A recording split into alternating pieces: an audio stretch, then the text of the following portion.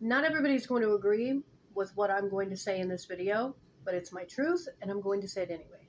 Side note, part 2 of my Yule winter solstice, I will add that. My video vanished. I don't know why. Must not have been meant for me to put it out today. So, anywho, I have been doing something since I was a little bitty girl that I had no idea was a meditation technique. I had no idea other people did it. And the first time that I had heard someone else talk about it, I was like, oh my God, someone else does this. This is a reality for other people. And this has also helped me connect with my son that has autism. My 9-year-old little boy has autism. And sometimes autism is described that they live in a world mentally all their own. We just need access to that world. Now, this also helps me when I deal with insomnia. When I was a little girl, yes, I grew up with a grandmother in the South on a farm that was a witch and a high priestess. But she passed away when I was 9. I was giving her insulin shots when I was 8 years old and dealing with an aunt and uncle that lived there, and my aunt was an alcoholic. I was kind of left to my own devices and to take care of her. My mother would come over and attempt to take care of her, but she was an alcoholic and fighting her own mental and spiritual and emotional demons. My other aunt and uncles would come over and they would attempt to take care of her, but they would always go back to their real life, and that was my real life. I was left there. So in my mind, I would create a world, a place, a room that was safe, secure, and magical all its own.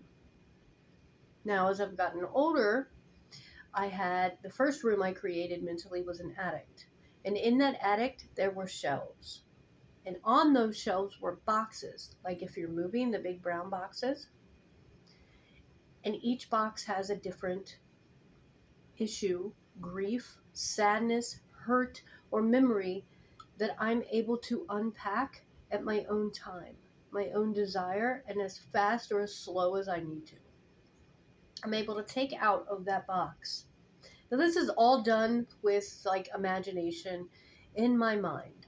I can be in bed at night, in the shower. I've learned how to do it now by meditating. I can be at work and not mentally be here.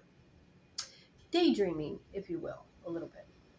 I can be in that attic unpacking a memory that is bittersweet about my grandma. That I'm grateful that she gave me the foundational beliefs of my practice, but you kind of left me. You kind of left me all on my own with no mentor, and it's okay to be upset at the person who leaves you. I was very young, and I didn't really know who I could trust to teach me and guide me and lead me on that path, or even in the physical world. Metaphorically speaking, if you imagine a little girl that's a witch flying around a village, over a village on a broom, and you're not finding any purple doors. Now that's a reference to a history thing. Witches of old would paint, or cunning folk, healers, practitioners, would paint their door purple. One, to let other witches know that this was a safe space, and to let the villagers, the non-practitioners, know you can come here to get the herbs, tinctures, ointments, spell, candle, whatever they needed. Now, I have used this technique multiple times in my life. I used it when my son that has autism had multiple surgeries when he was less than a month old. I'm either at the hospital mentally and physically, worried to death, pacing back and forth, so anxious that I felt like I could get sick, or I'm mentally coming up with my own little potion to heal him. In my mind, I am with him in the operating room, standing over the doctors, leading and guiding their hand with sparkles and glitter. And I know there's a big thing about glitter right now. But in my room and my house and my palace, as some people call it, it can be whatever I need it to be. Now, it has grown tremendously since I started doing this as a little girl. I have rooms inside this cottage. I have an underground room, a basement, an attic.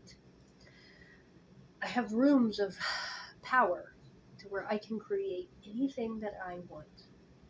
And with someone that has lupus or MS or anything else that makes you extremely tired sometimes, this can also be a great way to hone in on your practice and ways to feel like you're really doing something for yourself when in reality sometimes you feel like you can't do anything. A lot of things feel like they're out of my control, with work, my body, a lot of things, other people. But in my house, my cottage, my rooms, things are exactly the way that I need them to be. I have a room of power, I have a room of peace, and I have a room of solitude, which is a giant library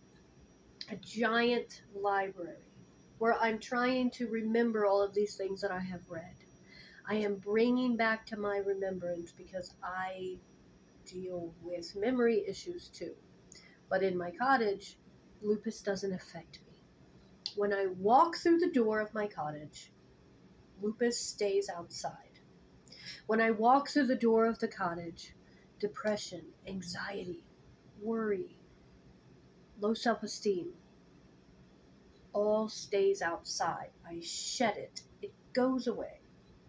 And I take on this cloak of power that says I am beautiful, I am radiant, I am kind, I am confident, I am one of the most powerful witches in the world. Like I said, that's in my cottage. Now I know that other practices call this by different names, but this is just what I have always learned it. And I'm sharing this with you because I remember how excited I was when I first found out that somebody else did this. I know I talked about Ivy the Occultist in my last video, but I cannot recommend this YouTube and Instagram occultist witchy person enough. She has topics from anything you could possibly imagine. She's the one who inspired the 12 Days of Yule. Go follow her. She's amazing. And I want you to know that if you are dealing with anxiety, insomnia, whatever it may be, then this might be something that you could consider doing. I'm going to do part 2 with the video and part 3 in the 12 Days of Yule. I promise. I'm going to do that. As a matter of fact, my husband got me some really cool new recording equipment. I just have to figure out how to set it up. But I wanted to say thank you also from the bottom of my heart, all of my followers. I know that it doesn't look like I get a lot of views, but a lot of my followers are in the broom closet and they can't comment and ask me about spells.